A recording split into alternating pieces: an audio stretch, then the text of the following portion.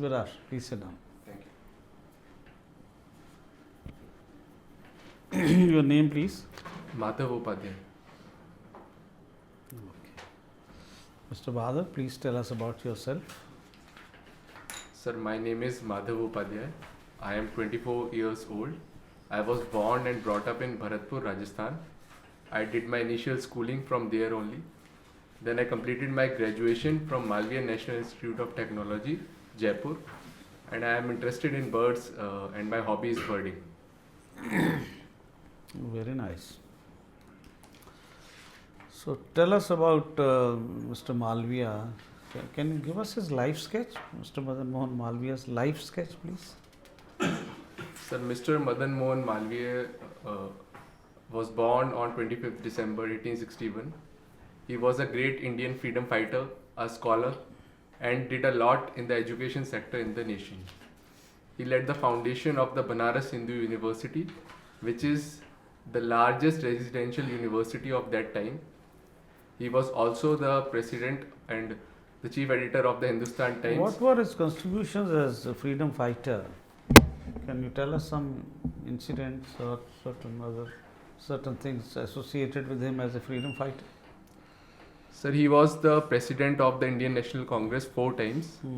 He led a march for the temple entry of the untouchables, and also a temple entry movement was organized by him. He led the foundation of the Hindu Mahasabha and was associated with it. So these were the major contributions of him. Okay, so I hope you've read today's newspaper. Yes, sir. Which one? Sir, the Indian Express. Okay. Can you please tell me 3 major headlines from the front page, please? Sir, first major headlines was regarding the same-sex marriage. There is a ongoing issue in the Honorable Supreme Court and the governments respond to it. Second issue is regarding our merchandise exports. They were on a dip consecutively for the last 3 months. And third issue is regarding there was an article regarding the Vibrant Villages program in the border district. So these were the 3 articles don't come on the front page. So there was a heading of Vibrant Village program on the front page. And what does it say about same-sex marriage? Sir, if we see, the government recently filed... what is the news? So the news is that there has been a PIL in the Honorable Supreme Court and the government filed a affidavit. But that's an old news, not today's headline. So today's headline is regarding that the government's stand, that the government said that the laws in India recognize the marriage between a biological man and a biological woman. It was then, that time also. Anyway, let's not worry about that. Can you tell me how has been the governance in India so far? Sir, the governance in India has shifted from a rigid pattern to a more flexible approach. For example, earlier there was a rigidity between the government officials and the people, and now the focus is more on minimum government and maximum governance.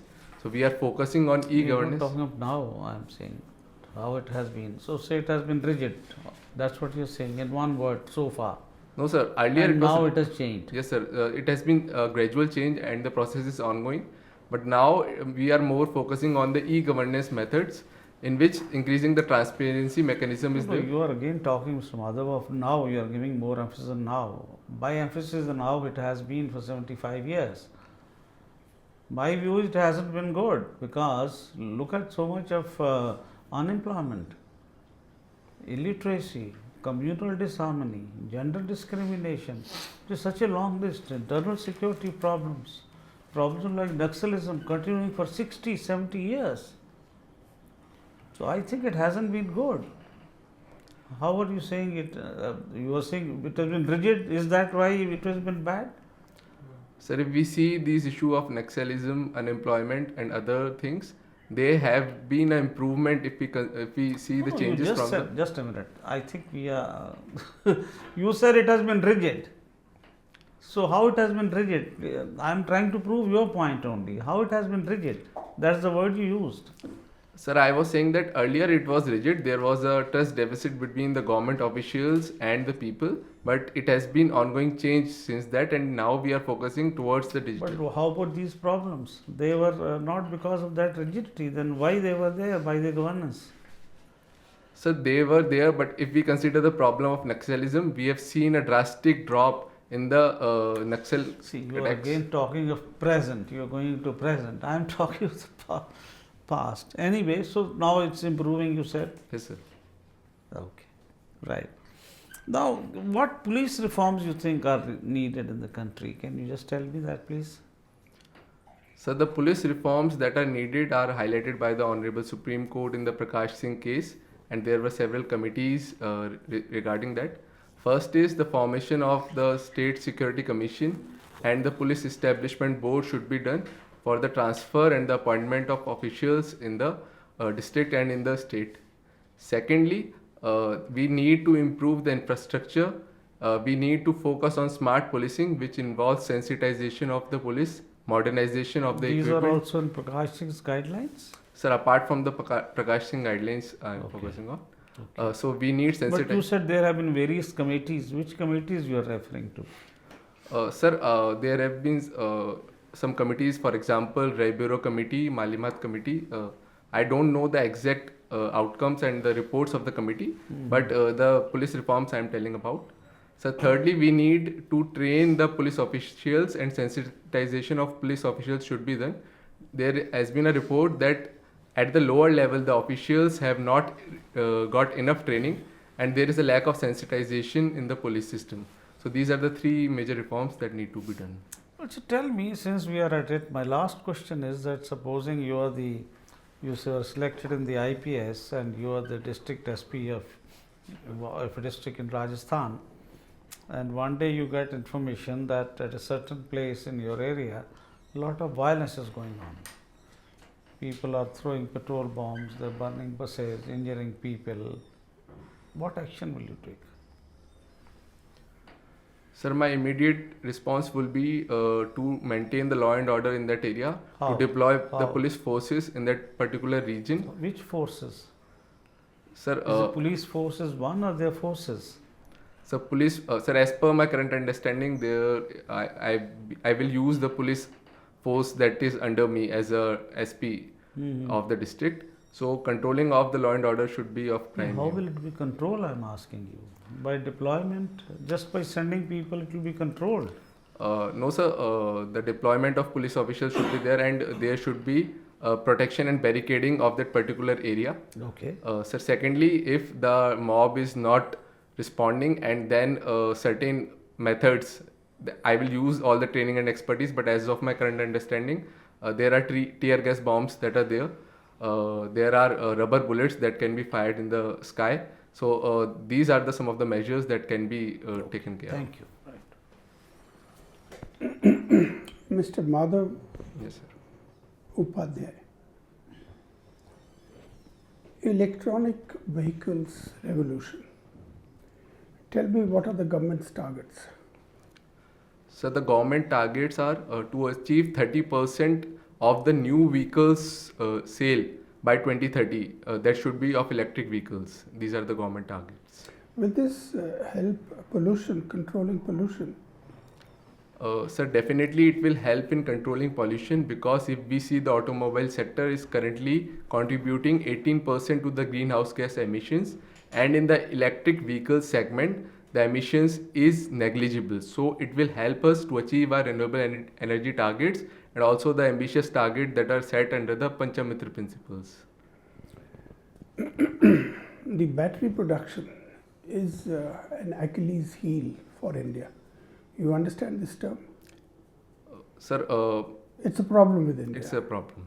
So how does one resolve this? Because the target, as you said, it's a very ambitious target, and we need thousands and thousands of batteries, and we don't have the raw materials. How does one overcome that? Sir, I acknowledge your point that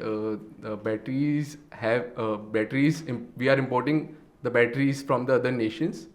but we have been taking We are not significant. importing batteries.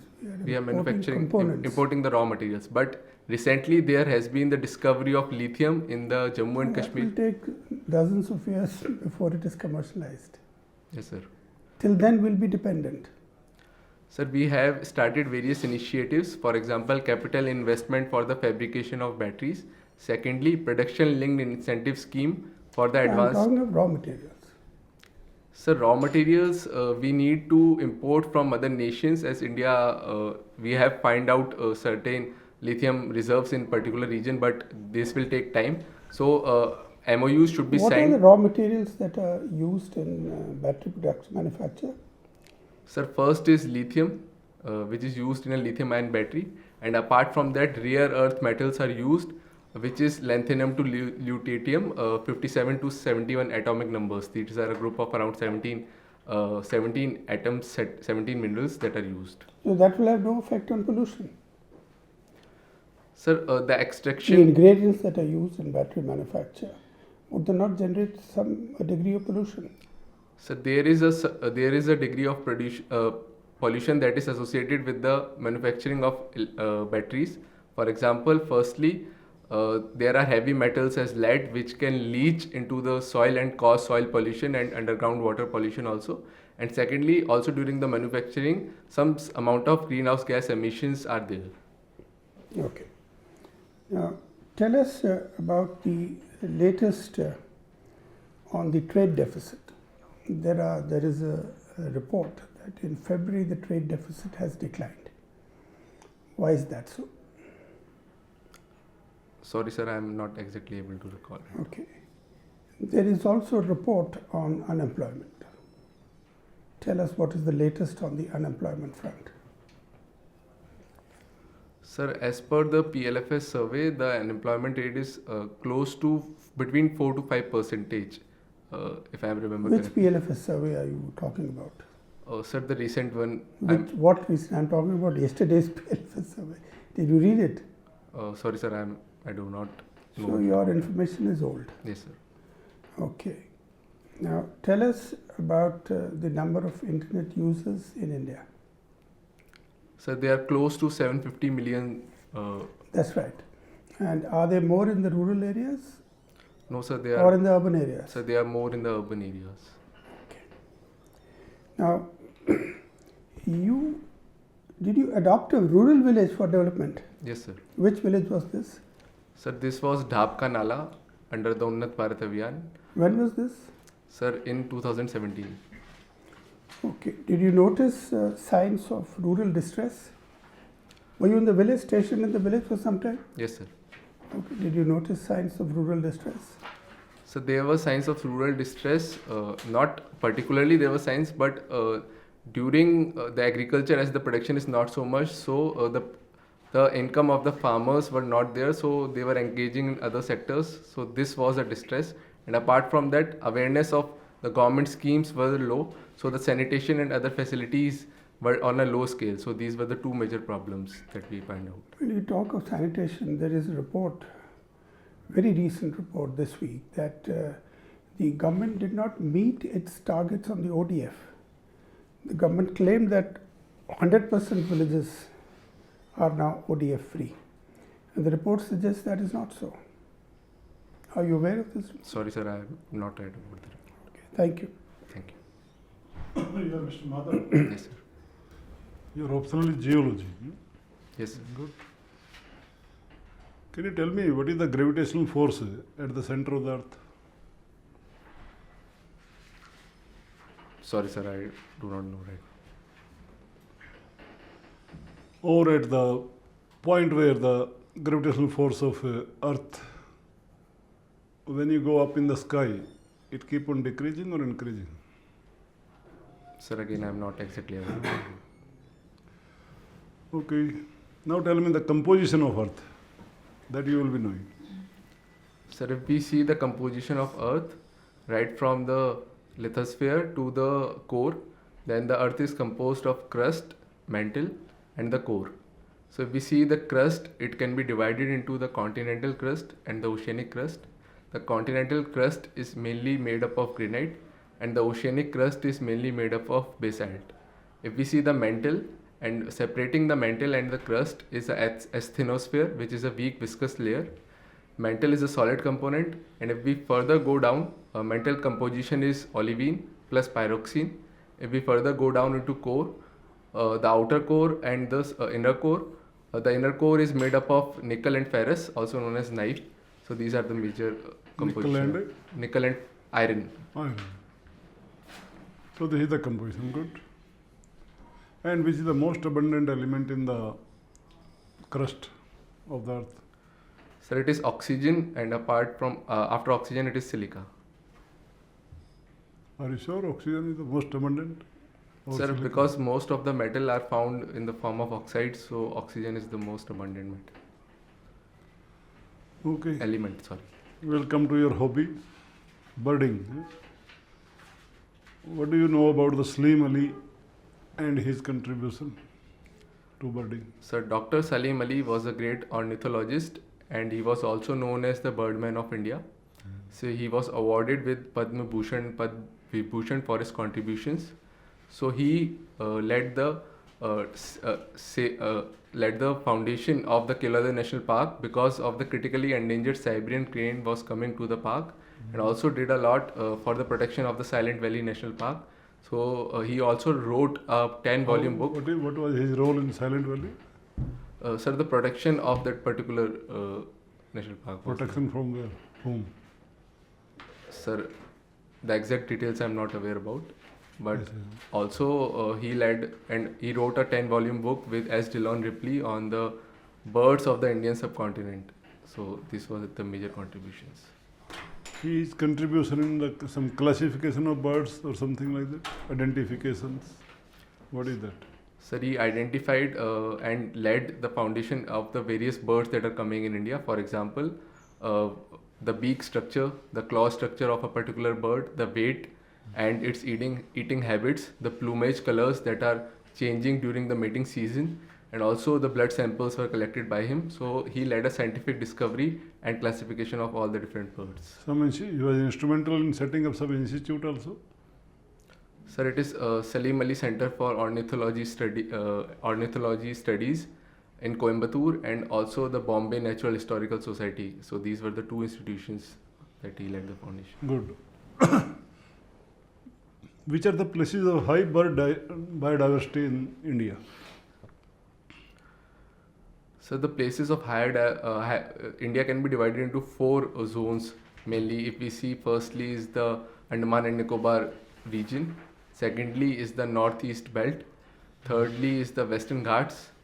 So these are the 3 major places of higher biodiversity. We told 4 zones. So 4th is the Palearctic region, the Himalayan belt, but it is the 4th biogeographic zone, but the biodiversity is not as much compared to these 3 regions. Okay, good. Thank you. Thank you, sir. Mr. Madhav Upadhyay. Yes, sir. Now, you got the 2nd position in the Indo-Asian Solar Challenge 2017. Where was this competition held? So this was held in Madhya Pradesh. So in this competition, our aim was to design a solar car. So we designed a solar car, and in that we got the 2nd prize. So that car actually runs? Yes, sir. So why has it not got sort of, into commercial production? Sir, if we see the economies of scale on that car, we installed 2 solar panels. So the cost was not economically viable to be produced, because if we see the current infrastructure, we have charging stations at a particular points. We can install solar panels on that, and several cars can be charged. But if we are installing solar panels on each and every car, then the cost will certainly rise. So that means it was a non-starter. Yes, sir. It was mainly due to insight learnings into the renewable energy sector and how a solar car works. How much would it cost to own a solar car at the moment? Sir, if we see a solar car, the range of our solar car was close to around 30 kilometers. So that is not very economically viable option. If we see increasing the range and considering the battery, the minimum amount of electric vehicle that we can get, 4-wheeler, is around close to 10 to 11 lakhs. So certainly the cost will increase to above 15 lakhs is a roughly estimate. Prime Minister Modi has taken a number of initiatives in regard to renewable energy and solar energy. Can you tell me about some of these initiatives? Sir, regards to renewable energy, the Honorable Prime Minister has given the Panchamitra targets, which is to have 500 gigawatts of renewable energy by 2030. So in this, several schemes, particularly for solar energy, have been started. First is the Kusum scheme, in which the installation of solar panels on villages and farms will be done. Secondly, the faster adoption and manufacturing of electric vehicles. It is a scheme for the adoption and subsidies given for the electric vehicles. Thirdly, for the installation of the solar infrastructure and the chargers at several places in the highways. And fourthly, for the manufacturing of electric batteries, the production linked incentive scheme for the advanced chemical cell manufacturing. So these were the major initiatives that are taken. What can you tell me about the International Solar Alliance? Sir, it is an alliance whose foundation was led by India and France. So it is a close to around 120 countries are there between the tropics, but the membership is open to outside the tropic nations also. So the main aim is to increase the use of renewable energy and to strike research and development in that belt. And the major initiatives are the One Sun, One World, One Grid initiative is being taken. So this is about the international. I see from your DAF that you like to play table tennis. Yes, sir. So tell me, what is the difference between a shake hand grip and a pen holder grip? Sir, the main difference is that the shake hand grip is being used by Indian players and the pen hold grip is used by Chinese players. So if we see the holding of the grips, so in a pen hold grip, it is hold in like a pen. If we see a racket is there, so it is the handle and it is hold like a pen, and a shake hand grip, it is hold like this. So the handle is there and the outer part is like this. So why is it that these East Asian countries, mainly China, Japan also uses the pen holder grip, and also Korea, they use mainly the pen holder grip? What is the reason for that? Sir, the main reason is that if we see the starting of table tennis, it was evolved in China. So it is particularly played as a ping pong. It is a amateur sort of sport that is played in parlors. So in an amateur playing, so they are using it as a pen hold grip. And in India, there is a trend to use shake hand grip. So there is, if we see Europe, all of Europe use the Yes, sir. shake hand grip. Actually, it started from there, isn't it? Yes, sir. All right. Now, you are also fond of birding. If you were to choose a country where you want to live for a few years, suppose posted as an Indian diplomat, Yes, sir. and where you could pursue your interest in birding, which country would you choose? Sir, I have a particular interest for Siberian crane, as it is not coming to India, so I would Oh, it choose. comes to India. You go to Prayagraj, Sangam in winter is full of the Siberian cranes. Sir, with all due respect, Siberian crane is not coming to India. The Keoladi National Park was the only wintering ground, and after 2002, it has not visited India. Are you sure? Sir, yes, I am sure. So, what are the cranes which come to India? If you go to the Sangam and Prayagraj, it's full of these birds. Sir, there What are are those birds? There are mainly four kind of cranes that are found, and they are local and also migratory. The Sarus crane, which is the largest, is the local bird here. Secondly, the critically endangered Siberian crane that used to visit India, but it is not now coming. Since when did it stop coming? Sir, from 2002, it is not coming. Okay. And third And what are the reasons why it is not coming? Sir, if we see in Siberia, there are two flocks of Siberian crane that are found. First is in the western Siberia and second is in the eastern Siberia.